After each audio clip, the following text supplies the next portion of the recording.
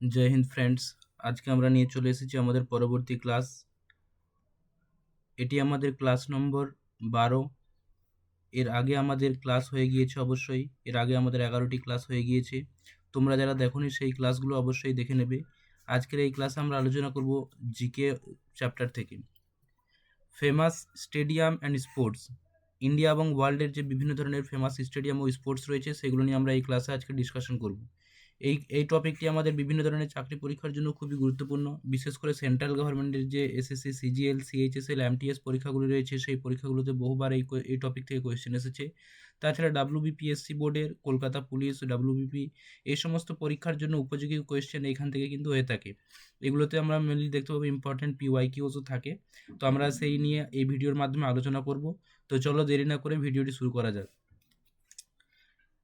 Already আমাদের এই ব্যাচে অনেকজন এনরোল হয়ে গিয়েছে। তোমাদের যাদের ইচ্ছা এখনও শেষ সুযোগ হিসেবে আমাদের already WB, SSC, group C এর পরীক্ষাটা হয়ে গিয়েছে। এই পরীক্ষার এই মক টেস্টগুলোর মাধ্যমে অনেকেই উপযোগী হয়েছে। তোমরা যারা গ্রুপ ডি এর পরীক্ষা আছে 8 তারিখে, তোমরা নিতে চাইলে অবশ্যই এই নিচে দেওয়া ফোন নাম্বারে তোমরা কন্ট্যাক্ট করে এটি নিতে পারো। মাত্র 39 টাকা প্রাইস রাখা হয়েছে, টোটাল 20টি সেট রাখা হয়েছে। তো আমরা প্রথমেই দেখতে পাচ্ছি একটা ইনফরমেশন দেওয়া আছে আমাদের। Government of India has recently constituted a National Playing Field Association of India (NPFAI) under an ambitious scheme of Kendriya Yuva Karya Evam Khel Mantralay to cater the development of games and sports and player as well. অর্থাৎ এই এনপিএফআই এটা recently government of India constitute করেছে, যার মূল উদ্দেশ্য কি না কোন স্কিমের মাধ্যমে কেন্দ্রীয় যুবা কারিয়া এবং খেল মন্ত্রণালয় এর মাধ্যমে প্রত্যেকটা খেলা এবং সেই খেলার সঙ্গে যুক্ত ব্যক্তিবর্গের ডেভেলপমেন্ট করা হচ্ছে এই ইনিশিয়েটিভটার মেন উদ্দেশ্য।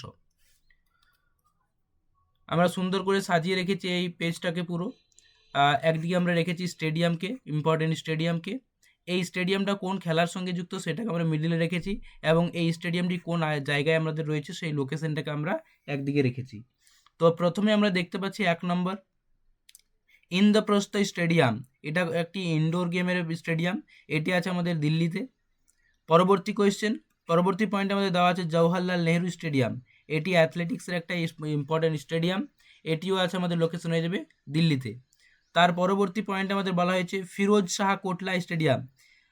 এটি অরুণ জেটলি স্টেডিয়াম নামেও পরিচিত, বর্তমানে এটি অরুণ জেটলি স্টেডিয়াম নামে পরিচিত। এই ফিরোজ শাহ কোটলা স্টেডিয়ামের অনেক সময় এই স্টেডিয়ামটির অন্য নাম কি এটাও আমাদের মনে রাখতে হবে, অরুণ জেটলি স্টেডিয়াম। তো এই ফিরোজ শাহ কোটলা স্টেডিয়াম বা অরুণ জেটলি স্টেডিয়াম এটি কোন স্পোর্টসের সাথে রিলেটেড? এটি আনসার হয়ে যাবে আমাদের ক্রিকেটের সাথে রিলেটেড।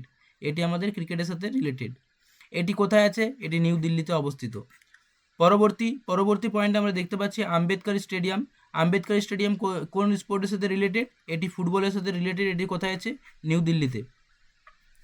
পরবর্তী পয়েন্ট আমরা দেখতে পাচ্ছি শিবাজি স্টেডিয়াম। শিবাজি স্টেডিয়াম কিসের সঙ্গে রিলেটেড? এটি হকির সাথে রিলেটেড। এটার প্লেস হয়ে যাবে কোথায়? এটাও দিল্লিতে অবস্থিত। পরবর্তী পয়েন্ট আমাদের রয়েছে ন্যাশনাল স্টেডিয়াম। ন্যাশনাল স্টেডিয়াম হয়ে যাবে আমাদের হকির সঙ্গে রিলেটেড, এটিও দিল্লিতে অবস্থিত। তার পরবর্তী পয়েন্ট রয়েছে ওয়ানখেড়ে স্টেডিয়াম। এই ওয়ানখেড়ে স্টেডিয়াম হয়ে যাবে ক্রিকেট, এটির সাথে রিলেটেড। এটি আছে আমাদের মুম্বাই। অর্থাৎ 5 তারিখে আমরা দেখতে পাবো ভারত এবং ইংল্যান্ডের মধ্যে যে টি20 সেমিফাইনাল রয়েছে সেই সেকেন্ড সেমিফাইনালটা আমরা এই ওয়ানখেড়ে স্টেডিয়ামে দেখতে পাবো। খুব ইম্পর্টেন্ট পয়েন্ট। তার পরবর্তী পয়েন্ট রয়েছে ইডেন গার্ডেন। এটা আমরা সকলেই জানি ইডেন গার্ডেন আমাদের ক্রিকেটের সাথে রিলেটেড। এটি কোথায় আছে বলার অপেক্ষা রাখে না, আমাদের কলকাতাতে অবস্থিত ইডেন গার্ডেন। পরবর্তী পয়েন্টে রয়েছে, এই পয়েন্টে আমরা দেখতে পাচ্ছি গ্রিন পার্ক স্টেডিয়াম। এই গ্রিন পার্ক স্টেডিয়াম কোন খেলার সাথে যুক্ত? এই গ্রিন পার্ক স্টেডিয়াম হয়ে যাবে আমাদের ক্রিকেট খেলার সঙ্গে যুক্ত। এটি কোথায় আছে? এটি হয়ে যাবে আনসার কানপুরে অবস্থিত। পরবর্তী point Narendra Modi stadium. Narendra Modi stadium কোন স্পোর্টসের সাথে যুক্ত? নরেন্দ্র মোদী স্টেডিয়াম হয়ে যাবে আমাদের ক্রিকেটের সঙ্গে যুক্ত। এই নরেন্দ্র মোদী স্টেডিয়াম কোথায় অবস্থিত? এটি হয়ে যাবে আমাদের আহমেদাবাদে অবস্থিত। পরবর্তী পয়েন্টে আমরা দেখতে পাচ্ছি নেহেরু এটা হয়ে যাবে চেপক এই স্টেডিয়াম নামে পরিচিত। তো এই নেহেরু স্টেডিয়াম কোন স্পোর্টসের সঙ্গে যুক্ত? এই নেহেরু স্টেডিয়াম হয়ে যাবে আমাদের ক্রিকেটের সঙ্গে যুক্ত। এই নেহেরু স্টেডিয়াম এটি কোথায় অবস্থিত? এটি হয়ে যাবে আমাদের আনসার চেন্নাইয়ে অবস্থিত। পরবর্তী পয়েন্টে দেখতে পাচ্ছি ডনকাস্টার বা এপসম এই স্পোর্টস স্টেডিয়ামটি কোথায় অবস্থিত? এটি অবস্থিত হয়েছে আমাদের ইংল্যান্ডে। খুব ইম্পর্টেন্ট একটি স্টেডিয়াম, মনে রাখতে হবে আমাদের। এটি হর্স রেসিং রিলেটেড একটি স্টেডিয়াম। ভিডিওটি ভালো লাগলে অবশ্যই ভিডিওটিকে লাইক করবে ও চ্যানেলে নতুন হয়ে থাকলে অবশ্যই চ্যানেলটিকে সাবস্ক্রাইব করবে এবং বন্ধুদের সঙ্গে শেয়ার করবে। পরবর্তী পয়েন্ট দেখতে পাচ্ছি আমরা ব্রিসবেন, মেলবোর্ন, সিডনি, পার্থ এই সমস্ত বিখ্যাত স্টেডিয়ামগুলো ক্রিকেটের সঙ্গে রিলেটেড। আমরা সকলে এই সমস্ত গ্রাউন্ডগুলোর সঙ্গে পরিচিত। স্টেডিয়ামগুলোতে আমাদের ইন্ডিয়া বহুবার খেলেছে। এটি কোথায় অবস্থিত? না অস্ট্রেলিয়াতে অবস্থিত। তোমরা আমাকে কমেন্ট করে জানাবে যে অস্ট্রেলিয়ার ক্যাপিটালের নাম কি? অস্ট্রেলিয়ার ক্যাপিটালের নাম কি? Yankee stadium. এই ইয়ানকি স্টেডিয়াম কোথায় অবস্থিত? এটি হয়ে যাবে নিউ ইয়র্ক, ইউএসএতে অবস্থিত। এটি কোন খেলার সঙ্গে যুক্ত? না ইয়ানকি স্টেডিয়াম হয়ে যাবে আমাদের বক্সিংয়ের সঙ্গে রিলেটেড। অনেক সময় কি হয় তোমাদের এই টপিকটা থেকে রিজনিংয়েরও কোয়েশ্চেন দেওয়া থাকে। এক্সাম্পল ধরে নাও ইয়ানকি স্টেডিয়াম টু দেওয়া থাকবে বক্সিং, তার পরবর্তী দেখা থাকবে সিডনি ইজ টু হোয়াট। তাহলে এই ক্ষেত্রে তোমাদের ক্রিকেট অপশনটাকে সিলেক্ট করতে হবে। তো এই টপিকগুলো কিন্তু খুব গুরুত্বপূর্ণ। এটা অ্যাজ এ ট্র্যাডিশনাল জিকে হিসেবেও গুরুত্বপূর্ণ এবং রিজনিং করার ক্ষেত্রেও কিন্তু এই টপিকগুলো আমাদের খুব হেল্প করে থাকে।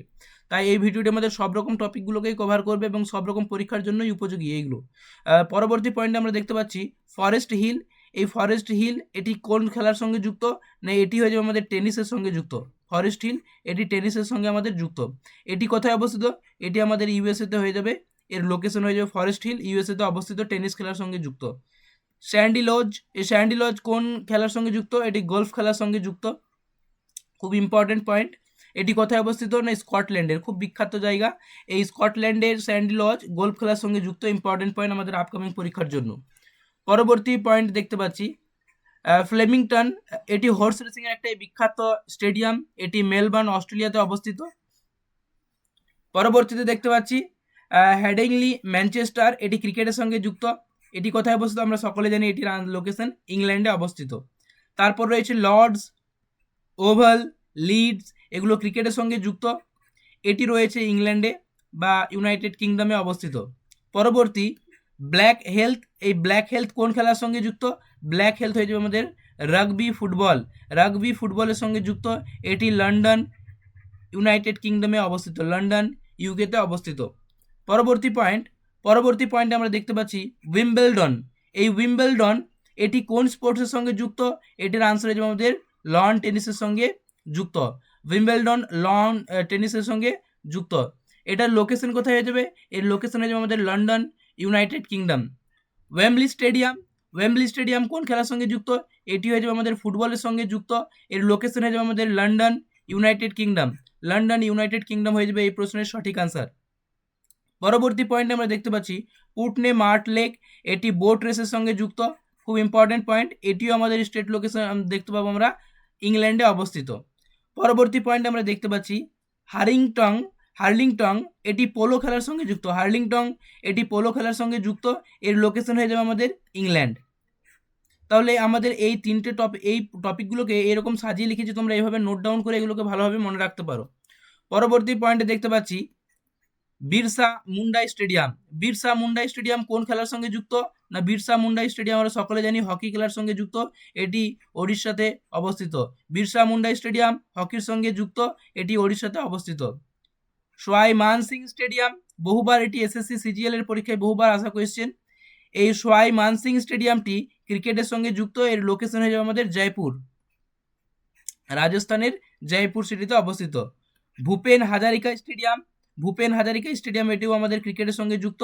এর লোকেশন হয়ে যাবে আমাদের গুয়াহাটি, আসাম হয়ে যাবে এর লোকেশন। পরবর্তী পয়েন্টে রয়েছে রাজীব গান্ধী ইন্টারন্যাশনাল স্টেডিয়াম। এটিও ক্রিকেটের সঙ্গে যুক্ত। এই Rajiv Gandhi international cricket stadium আমাদের হায়দ্রাবাদে অবস্থিত।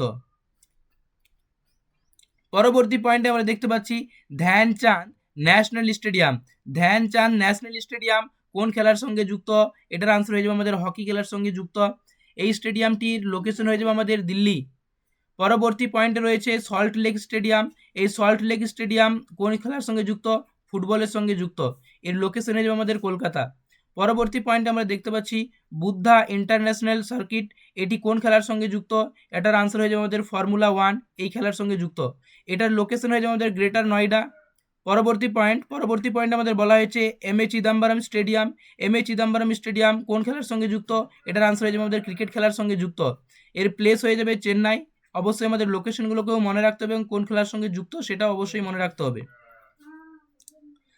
আরও আমাদের শেষ সুযোগ রয়েছে, অলরেডি আমাদের WBSSC গ্রুপ সি পরীক্ষা হয়ে গিয়েছে, এবার আমাদের গ্রুপ ডি পরীক্ষা রয়েছে 8 তারিখে। তো এই পরীক্ষার জন্য এই মক টেস্টগুলো কিন্তু খুবই উপযোগী। তোমরা যারা এখনও পারচেস করোনি অবশ্যই এই দেওয়া ফোন নাম্বারে তোমরা কন্ট্যাক্ট করে এই মক টেস্টগুলোকে পারচেস করতে পারো। এর মধ্যে ফুল আপডেটেড সিলেবাসকে কম্পাইল করে করা হয়েছে, জিকে, ইংলিশ, ম্যাথ, রিজনিং। এই মক টেস্টগুলো থেকে এই পরীক্ষাতে বহু কোয়েশ্চেন কমন এসেছে, ডাইরেক্ট হুবহু কমন। তোমরা অবশ্যই নিতে চাইলে এই দেওয়া ফোন নাম্বারে কন্ট্যাক্ট করে নেবে। টোটাল 20টি মক টেস্ট রয়েছে, যার প্রাইস রাখা হয়েছে মাত্র 39 রুপিস। তো আজকের ভিডিওতে আমাদের এতটাই ছিল। থ্যাংক ইউ ভিডিওর সঙ্গে জুড়ে থাকা আমাদের পরবর্তী ভিডিওতে। ভিডিওটি ভালো লাগলে অবশ্যই ভিডিওটিকে লাইক করবে ও বন্ধুদের সঙ্গে শেয়ার করতে ভুলবে না।